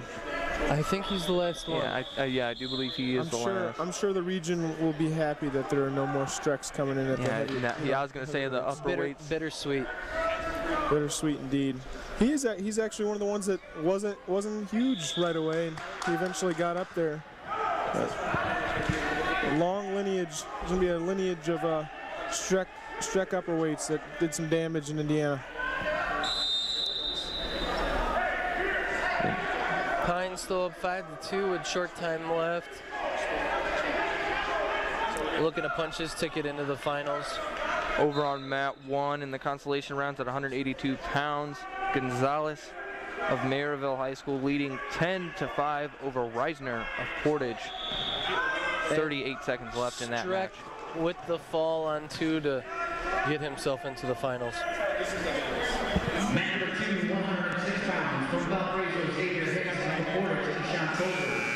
On deck, man number 2, 120 pounds, from the 2-0 or 4-0 there on mat number 1 with the takedown and near fall. So Corey Hill able to get a takedown, and he went ahead and cut Yagelski of Crown Point. Yeah, we got to see Corey Hill at the Portage duels. Powerful, athletic heavyweight. Yeah. What we talked about is we'd like to see him use his speed, his foot speed a little bit more at that heavyweight with his offense instead of pulling into front headlock all the time, which is great because he could hustle to an angle great. Yeah, but if he level changes, gets a corner on you, and actually gets some doubles or high crotch, I think he could be even more deadly. Yeah, that's a lot of power coming with a lot of speed if he does choose to work on that. He did a great job there with the front headlock to snap, spin around, and now he's doing working for a fall. Yeah, and he gets it. Corey Hill, number 3 ranked in the semi-state. He's ranked 11th in the state, and he's moving now to the finals of the DAC at 285. 126 pounds, from Crown Point, Gabe, Things just keep moving and moving and moving and moving here at Crown Point High School. Pan over to mat 1 with DeGrotto and Clark matchup. Still 4-0 in the first period over there. A little consolation update. I believe Eshawn Tolbert's up 3-0 over Xavier Hicks of Valpo. Got some blood time there on mat number 1. Mat 1 has seen a lot of blood time today. Yeah, there's blood time central over there. I think that's probably the 3rd or 4th time we had blood time just on that mat. Yeah, I set the under-over today at 3.5 blood times today. And what about for your double stalls? Double stalls, I had it at 1.5, and we're cruising right now. There we go. I did see a picture, and it said it was a wrestling page, I believe on Facebook, that said if someone tries to argue that wrestling isn't the toughest sport, ask them if their sport has blood time. Probably not. Looks like Tolbert got the win. Yeah, Tolbert gets the win over Hicks there on mat number 2 to get himself, I believe, to be wrestling for 3rd. Match of the wrestle for 3rd place. He won in the quarterfinals, lost in the semifinals. So yeah, he should be wrestling for 3rd place now. Who did Tolbert wrestle? He wrestled a Valpo guy, I know. So. Xavier Hicks. Okay. Very, very coachable. I mean, he came off of a loss and allowed his coach to talk to him about it. Like to see that with athletes. Yeah. And now on mat number 2 in the consolation round, 120 pounds, Thomas Aldred of Laporte wrestling Chase Kasparek of Lake Central. And then on mat number 1, we're back into action. Paul Clark down 4-0 over to Michael DeGrotto of Lake Central. I believe this is a rematch of the dual meet that we broadcasted here too. I believe so as And well. DeGrotto got the win in that dual meet. I believe he was Lake Central's only win that Yeah, I night. believe he was the lone win. And DeGrotto is actually not ranked in the semi-state. Paul Clark ranked number 8. Check the 195. He's been at 195 okay. a lot this year. Yep, there you go. Yep, he's ranked number 7 at 195. So Ranked number 7 in the semi-state. A little update in the other, I believe the other heavyweight semifinals, Teddy Sparks versus Seth Garcia. Seth Garcia. Garcia up 1-0 at the start of the second period. Garcia, I got to see a little bit at the Hobart duels, and he looked pretty solid. Hey, he was Paul Clark looking for a throw there. not afraid to throw.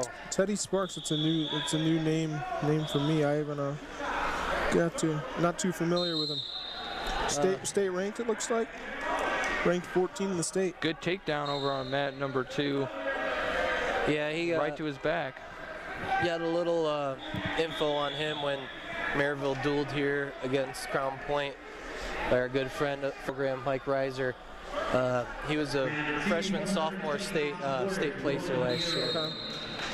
So Kasparek of Lake Central able to come away with the fall in the consolation semifinal round at 120 pounds. Nice shot. In a low single, as smooth as I've ever seen a heavyweight do it.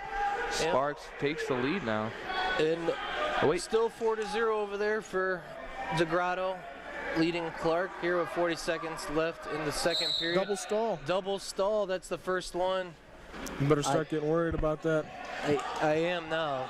Sparks actually just got hit this a little bit of that inexperience. He got hit with a full Nelson call. Yeah, I'm going to argue that. Oh, what is DeGrotto doing? Went for a not so tight lat drop, put himself on his back, lets Clark back into the match with 2 takedown and 2 near fall. Now we're all knotted up over there heading into the third period. Not ideal. Not ideal at all. Do we know who had decision over there on mat 1? I don't recall. Nope, I was going to be wrong. Good thing I didn't say anything. DeGrotto's got to come right up I here. thought it was Crown Point's choice, but No, Clark chose neutral. He got ridden out pretty tough there in that first period, so hey, it paid off for him there at the end. Now he's in a tied match. what is DeGrotto doing? DeGrotto's got to stay in better position there. He pulled him on top of him again. And Yeah, Clark went from being down to getting a fall to head. And you said that was a rematch, correct? To Yeah. your knowledge. I didn't recall who DeGrotto had wrestled in the duel, but I know that he was the lone winner. good way to keep wrestling for Clark, sinking his hips in the right positions that DeGrotto's gifting him. Yep. Because at that weight, you can't be really sitting underneath guys with your legs not underneath you. You're going to get ran right over to your back. Sparks with another take. Nope. Called it off. Maldonado unhappy. I just want to let you know you're watching high school wrestling on the Region Sports Network, presented by Team Toyota on 41 in Maryville. And we're Do gonna- business with the team that supports wrestling. Team Toyota. And we're going to pan over to mat 3 to finish out the semis. Yeah, 3-3, minute 28 seconds left in this match. Possible overtime. And this is the deep waters, right here, especially for some heavyweights. Sparks is putting it on him. I think with a pace. I think both big guys are a little tired. But, Says he's only has 4 matches on the year. So this is he definitely has tasted victory. Yeah, he was. Wow, able to cut the corner. 2 points. Minute left in this match. Yeah, he spent some time behind. I know Streck started out the season at heavyweight until I believe coming out of the winter break. Sparks is a junior, so he is an upperclassman. I wonder if he's a football player as well. He seems like a pretty tough, big kid. I would imagine most heavyweights. I'd be playing some sort of defensive or offensive line for my high school too. And then just some consolation updates. I'm at number 1. We have Owen Bunton, Portage wrestling Guillermo Rivera, and he's leading 2-0 heading into the second period. And then on mat number 2, we have Dane Canola versus Cameron Crisp, and that is tied up at 4-4 in the second period as well. And that is at 138 pounds. Got to get a big jump here from. And Garcia's got to really get up on his feet as fast as he can. Short time, 20 seconds left. Is able to get one. Do it. Oh, he gets a reversal call. So that's going to knot it up. He doesn't get the escape. And he's going to get hit for stalling here. Got to return him. He still hasn't let it go. That's a point. That'll be another one. Yep, there it is. With 1 second left. Wow. Sparks is tired. I mean, he was 100% stalling, but with 1 second, that hurts. That hurts to see. But looking at the time of those 2 stall calls called, I think that's you could argue. Yeah. Oh yeah, he was up there for more than 10 seconds. You could 100% the right call. Yeah. Could have definitely argued that it could have happened sooner, but at that point in time, Pettit isn't looking at the clock, and if you're stalling, you get it called. Yep. I'm talking from an ex-wrestler's perspective. Oh, you do. Yeah, it hurts to watch that. I'm like, oh my gosh. Yep. Stings a little bit. So now we are all in the Consolation Semi-Finals.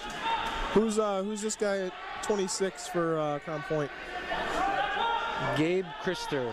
One of they got about, I'm assuming they got probably 40 guys in between 13 and 32. Plenty of depth, maybe. You can go ahead and pan to mat number 1. We got a close match over there, 2-2. 20 seconds left in the second period. Mat number 1, Owen Bunton and Rivera. Bunton of Portage High School, Rivera of Lake Central High School. Yeah, but we'll see if Bunton can bounce back here. I mean, he didn't give himself the best draw on a wrestle back because he was winning in the first round and gave up a pin when he was up big. And now he, on the back end, runs right into Rivera, who is a little undersized for the weight, but he's a goer and tough. Yeah, 2 tough freshmen here. And then a little score update on mat number 2 in the consies. We got Cameron Crisp up 12-8 in the third period. Wow, big throw.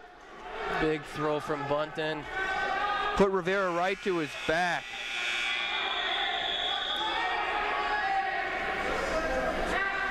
Yeah, that looked painful. That's out of bounds now. And 3 near fall. Yeah. Big move. Big move. Rivera's, he's banged up. Yeah, that looks like it hurt. We heard it from up here. Yeah, so we'll go ahead and pan to mat number 3. They're dealing with that injury time over there for Rivera. On deck, mat number 2, 145 from Laporte. Kaden, Ellenberger, and from Maryville. We got Gabe Krister of Crown Point High School wrestling CJ Briner of Lake Central. Quick 3-1 lead.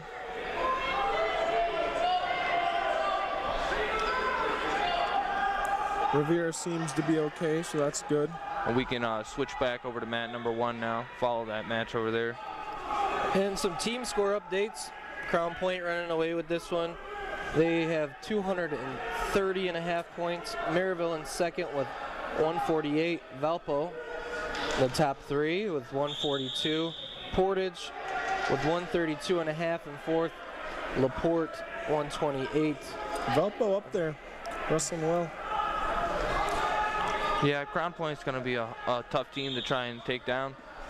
I hate to say it, but mission impossible. the reality there. Too strong. Under a minute left in this match, in your featured match on mat number 1. In the Consolation Semi-Final rounds at 113 pounds. Bunton leading 7-2 after a huge throw to extend his lead. Yeah, I think Rivera could definitely benefit if he's still small, because he seems to be a little undersized even for 6. He could be a tough 6 next year for sure. Assuming Cortez goes up. Yeah, assuming Cortez up or vice versa. Rivera, obviously, he's a young kid, still could hit a growth spurt. Yep, that and too. He could either fill out to 106 or even 113 himself to really. But less than 30 seconds left in this match. Rivera, what do you want Rivera to do here? 30 seconds left. You just got to battle. Really, it's look for a roll and reversal to kind of get the guy to his back, cause a flurry, but he's down. Is it Bunton? Yeah, Bunton's he's put himself been riding in a good position, really so tough. All you got to really do is stay behind the arms and stay behind him, and it'll be all right. But Rivera's tough. One big throw there. I think you take that away, the match might have been a little bit different, definitely tighter. But Bunton, and he's for 113-pounder being a freshman. He seems tough too. He's a tough kid, and you were and saying he's that strong. he was winning, he's right? strong. You Yeah. said he was winning. He was winning in the first round, big, and got upset there. But way to bounce back for him to go battle for 3rd and 4th. Might be able to get a little rematch from his first round matchup that he lost. We can pan over to mat number 3, Ken. We got a close one there. Gabe Kreister up 4-3 over CJ Briner. Looking to get another takedown here. Briner's showing some good hip defense.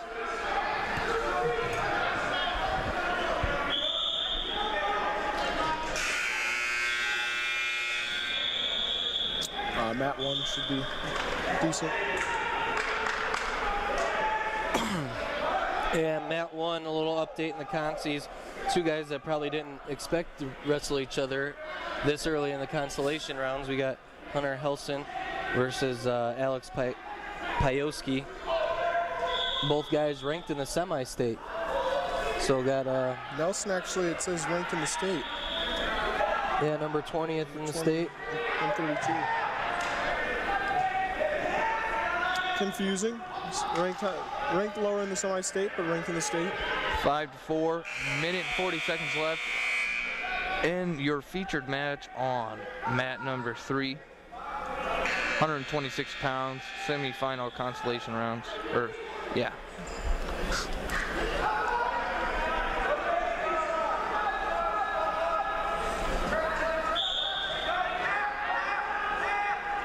Kreister trying to hit down here. Briner's running a tough half. Good job to get to your feet. Kreister just a freshman. Yeah, getting some Briner also a freshman. Getting some quality experience for himself as a freshman. Getting a spot start for Sammy going, and then I forget their other backup 126-pounder's name that we got to see. I believe he got injured when they had quad duel down in Indy with Perry Meridian. We're all knotted up, 5-5. 47 seconds left in this match in regulation. Nice high crotch attempt. Like to see him set it up a little bit better, kind of just lunged in on the leg. Kreister's doing a good job of keeping him extended. Going after that ankle, he's gonna get 2 here. 20 seconds left, short time. Briner really needs to get 1 now.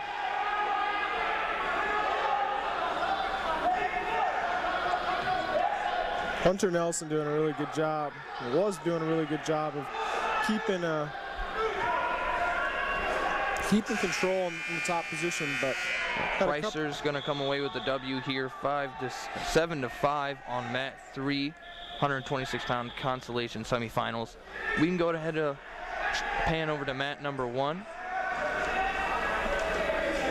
And that is, like you guys said, Hunter Helsin and Alex Payoski of Maryville High School, Helsin of Lake Central High School. Yeah, and just a little Ponce update on the other mats. Mat 2, we got Kaden Ellenberger wrestling Cameron Williams. Ellenberger up 4-0, heading into the second period over there at 145 pounds. So now rounding down and entering the third period over here on your featured match on mat 1. Payoski really working it here, 3-0, but you know, you gotta get those W's how you can. Yeah, got a good escape and takedown for himself to finish out in the second period. Ooh, that's not what you want to do there. Got to get to a good, you don't want your first move just to be a roll. You got to know where you're going and get to a good position, twist it out, fight the hands. Yeah, maybe hit a stand up, something. You don't want to. Payoski rolling him over there, got that half with his other arm. That half and a wing stacked up. Coach Maldonado's getting over there, giving him as many instructions as he can. Now, do you hip out here more, or? I don't know. I don't think I've ever been in that position.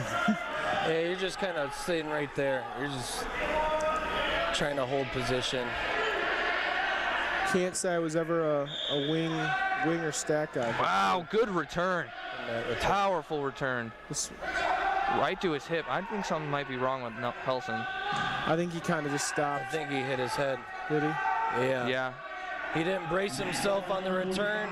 It was a legal return. It was a good, he had his hands locked around the hip, popped his hips, and Helsin just went for a ride. Didn't brace himself, and unfortunately. Yeah, we can go ahead and pan to mat number 2 now. As they're dealing with Helsin over there for Lake Central. Never want to watch anyone be hurt or anything like that. And I think it might be a testament to, as far as when you're getting a return, you want to make sure you get your knees up. Yeah, you want to be ready at all times. And that way you're already at your base. You don't want to go straight to your hip because you have no weight. Comeback win there for Cameron Williams. He was on his back, had a cradle locked up while he was on his back, popped his hips through, finishes the cradle, and gets a pin. Was down 7-2, I believe. Things going fast and furious here as we're rocking through the Consolation Semi-Final rounds. Update over on mat 3. Watkins looking to lock up a cradle. As he's on Roberson a little bit, seemed like a scrapper. Yeah, he upset Hunter Helsin first round. Okay. So he's having a good showing for himself here today.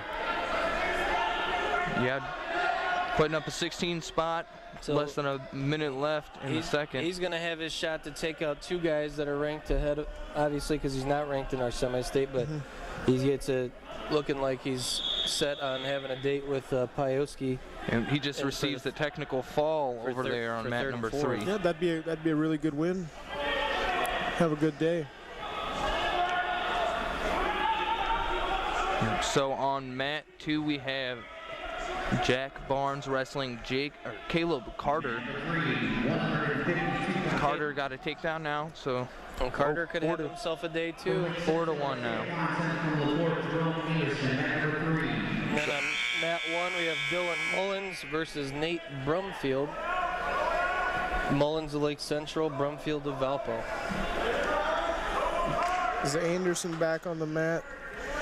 Is that Ponce? Yep. Oh, we should These guys did not be expecting to wrestle each other either, I don't think, in this Consi round. We can go ahead and pan to mat number 3. That's going to be a really good match there.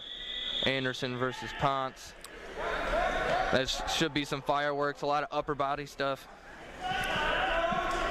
Both look like pretty big 152-pounders. Yeah, we'll see how they both respond. Both had some crushing losses for himself earlier today. Yeah, I want to see Anderson stay composed, wrestle a full 6 minutes, and then more if you need so. Now he's cramping again. Yeah, gotta drink some more water there. Yeah, some water and eat some bananas. But Trey Anderson actually ranked in the semi-state above Isaiah Ponce, but Isaiah Ponce is ranked number 19 in the state. Yeah, if I recall, I think someone that does the semi-state rankings is different than what they got for the state rankings. So that's why you see some of those differences like that. Little difference in opinions, I guess. Yep. Yeah, Anderson cramping up again. He had some issues in the last match we followed.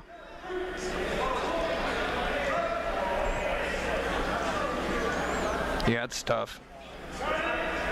Cramping's never fun. That just No. It's not an injury, but you know, it's like wasting time, and especially some of these guys, they just want to keep wrestling. Well, the thing is, I mean, you don't really want to cramp ever because you already taken one injury time. The next injury time, if you cramp again, you give that guy a choice of where he wants to start the break.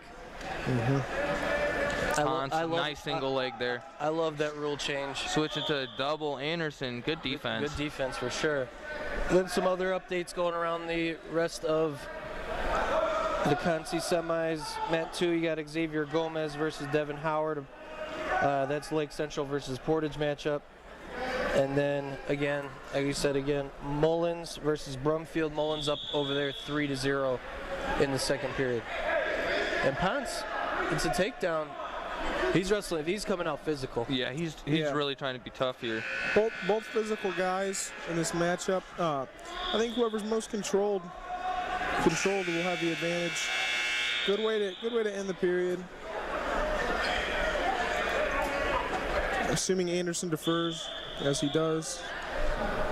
Ponce gonna look to get out real quick and get right back to his offense. I think that'll be what's best for him, setting that pace really high. Yeah, to me personally, I'd be ecstatic that he deferred, so I could go get away and build my lead. And right away. That'd be my. He was up on his feet right away, and then Anderson with a great return.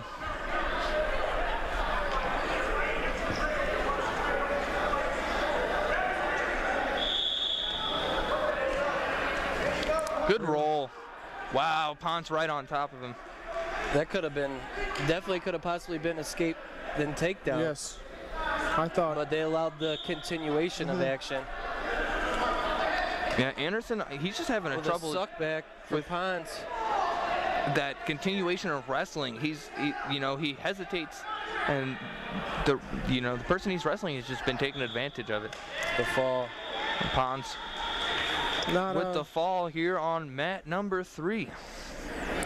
Yeah. Not Anderson's best showing today, but I'm sure that he'll be primed and ready to go for a postseason run, wrestling tough. You run in, you lose a tough match, and then you run into a tough guy like Ponce. It's and Ponce upset in the last round, so it's like you said earlier, they weren't expecting to wrestle each other. Not at all. No, and now Ponce gets his rematch from where he lost in the first round for 3rd and 4th. And then we had Devin Howard, winner by fall on mat 2. Another fall over on mat 1. Mullins over Brumfield. And now some more action on mat 3, 170-pound Consolation Semi-Final match. Michael Lingenfelter of Portage High School battling Chase Lewis of Laporte High School. 2-point takedown right away for Chase Lewis. 40 seconds left in the first period.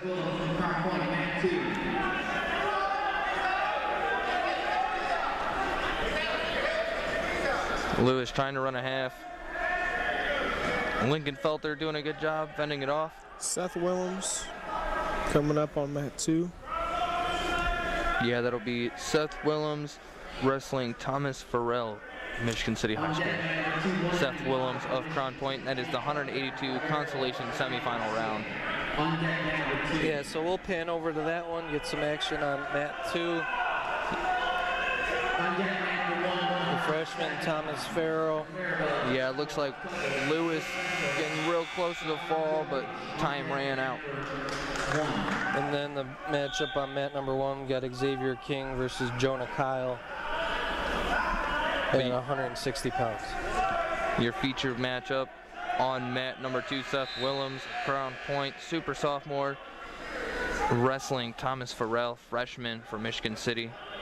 Willems on the attack right away. Yeah, right to his back. Underhook, went for a throw by underhook to his single. Looks like he got like a reversed half, like just trying to elevate his head here, settle him down. And a fall for Seth Willems on mat 2. Now I thought he could have kind of edged back, get more chest pressure, but still a good fall for Willems. He's moving to wrestle for 3rd and 4th, I do believe. We can go ahead and go to mat number 1. We got Xavier King wrestling Jonah Kyle. Jonah Kyle just got another takedown. Look, I assume he got an escape point. He got a takedown, so it's escape takedown. Yeah, he's up 3-0. And that is 160-pound Consolation Semi-Final round. Looks like Kyle's trying to lock up the cradle. Good job by King to attack those hands. Yeah, Kyle had a couple older brothers that were pretty good wrestlers. They went by different last names, but tough guys. So I wonder if he still gets to scrap with those older brothers a little bit. Who are his brothers? Nathan and Noah Beller. Ah, gotcha. Yep. I grew up wrestling with those guys. Awesome family. Oh, big throw on mat number 2. Good job by Zion Garcia getting a 5-point fall.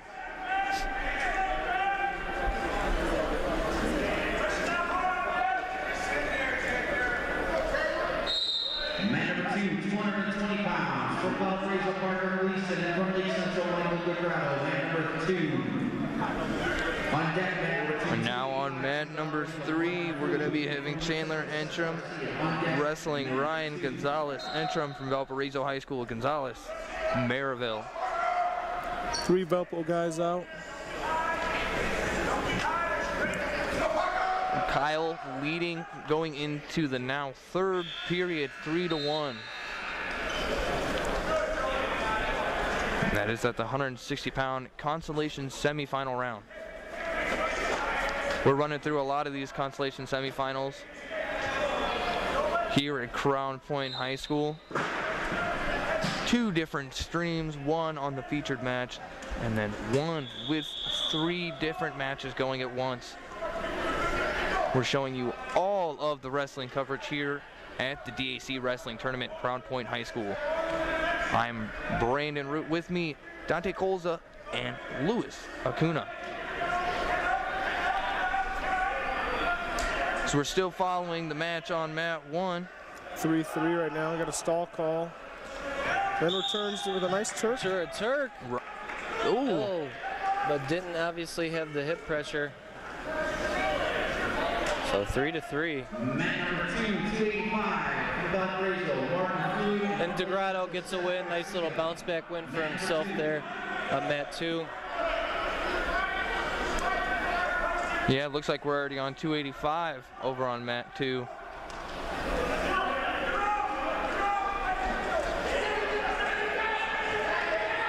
It'll be Seth Garcia, Lake Central, it looks like.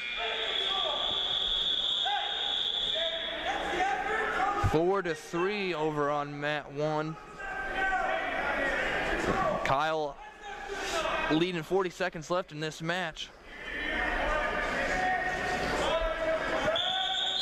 King in on a leg. Yeah. Call out of bounds. King, if he has a little bit more mat awareness there, you're in on that snatch single. Want to know where your feet are at, so you could hopefully go finish on the edge. Kyle's got to stay in good position here. Hold center. It's not where you want to be. Now, and you got to attack too, kind of just trying to survive here. 15 seconds left. King's in on a leg. Can he finish? Switch to 2. Climb up. He needs to climb up. He does. 5 seconds left. He looks like he's going to come away with the W. It's a great finish to get the win there. There's a great win. Good poise. Good poise. Way to stay at it. Yeah, both guys looked pretty tired there at the end. King able to outlast Kyle. So on mat 2, we got Martin Flood of Valparaiso High School Wrestling, Seth Garcia. Seth up early, 2-0. Little spoiler alert for you there, Brandon. 5-0 now. Thank you, Track Wrestling. But that's also probably just my cell phone. But this is why we have Lewis on the edge. So he can lean over the side and catch some scores. Lewis Acuna here, your field correspondent here at the DAC. You're the only one that's got the view of the scoreboard. Terrible placement. Yeah, we can just hang you over and we'll just hold on to your legs and you can just tell us upside down what it looks like. If it's a 5 or a 2, we won't know, but it's all right. Little headlock action. Yeah, headlock there for Valpo. They seem to have those. They seem to work. Garcia with the fall there on 2. He'll be wrestling for 3rd and 4th. Yeah, so we can go ahead and jump over to mat number 3, see if we can get this fall. Too quick. Unless Ken did catch that, I'm not sure. But it's a fall over on mat 3 now. And I believe that's the only mat that's going to be having action for the rest of the consolation round. And that's Atrium with the fall. 285 pounds from Crown Point, Jackson Josie, and from Laporte, Tristan Thompson. I spoke too soon. Nobody was coming out. I thought everybody was done wrestling. Mat number 1, Jackson Josie from Crown Point, and Laporte, Tristan Thompson. So we got Yagelski and Thompson. Crown Point versus Laporte on mat 1. Devin Dusek from Laporte versus Trey White of Portage on mat number 2. And then Seedorf versus Garcia on mat 3. Trey White, how old is this guy? He's a junior. Junior? Yeah. Yep. We're looking for, looks like Garcia. Who did Trey White drop the match to? Clark. Yeah, he was winning and got scored on and then lost in overtime.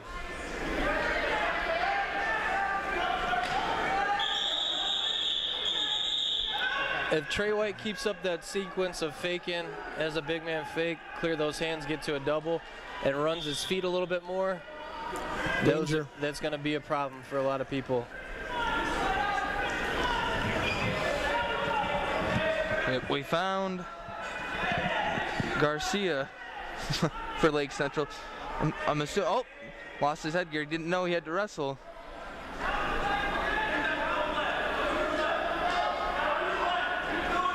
A little bit of miscommunication there, but you don't need a headgear to wrestle.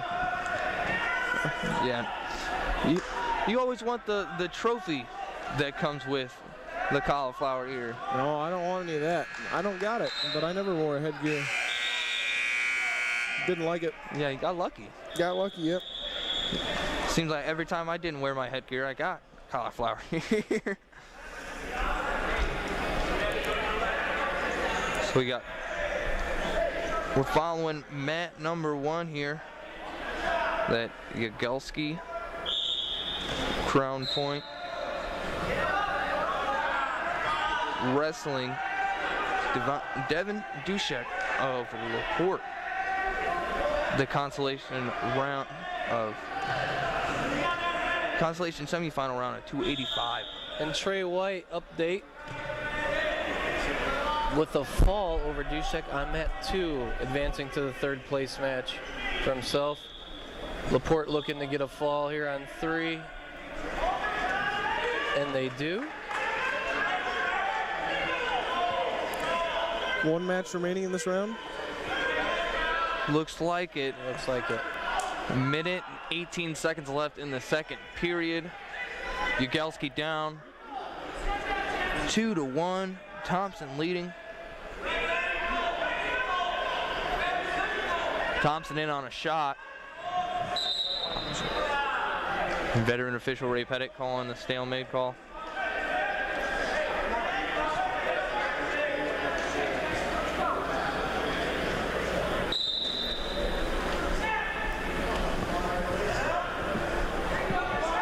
Trying to go for that 2-on-1. Hit a fireman's carry dump. Putting Ugelski on his back. He's going to get some swipes here. Looking for a fall, and there it is. And that'll close it out for the Consolation Semi-Finals.